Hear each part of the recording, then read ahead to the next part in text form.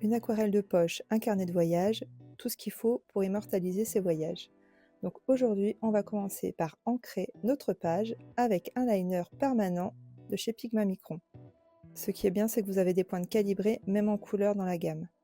Au début, j'ai utilisé le bleu, et puis là, j'utilise le sanguine par exemple. Avec le jaune de notre palette, on va commencer par coloriser les coussins de notre fauteuil. On applique la couleur de façon uniforme sur l'ensemble des coussins. Puis avec un mélange de jaune et de orange, on va créer une nuance supérieure pour venir contraster. Cela permettra de marquer les ombres sur cette partie. Cependant, pour intensifier au niveau des pliures, on va ajouter des toutes petites touches de noir bien diluées avec le jaune avant. En mélangeant le rouge, le orange et une pointe de noir, vous pouvez obtenir un marron qui va nous servir pour coloriser le fauteuil.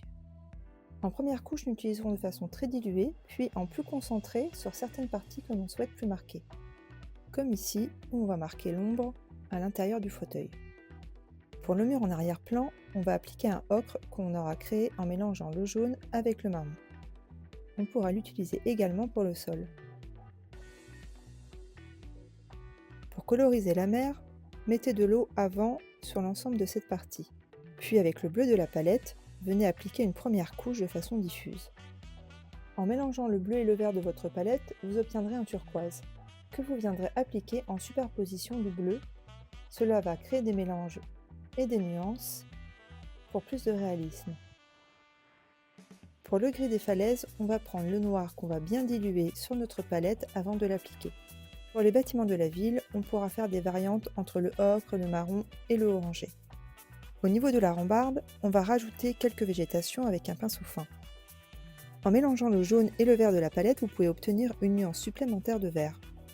En arrière-plan, on utilisera le vert de la palette, auquel on pourra superposer notre mélange fait précédemment. Vous pouvez aussi foncer votre vert avec une touche de noir. Pour les citrons, rien de plus simple, on va prendre le jaune de la palette, auquel on peut ajouter le vert anis qu'on aura créé nous-mêmes.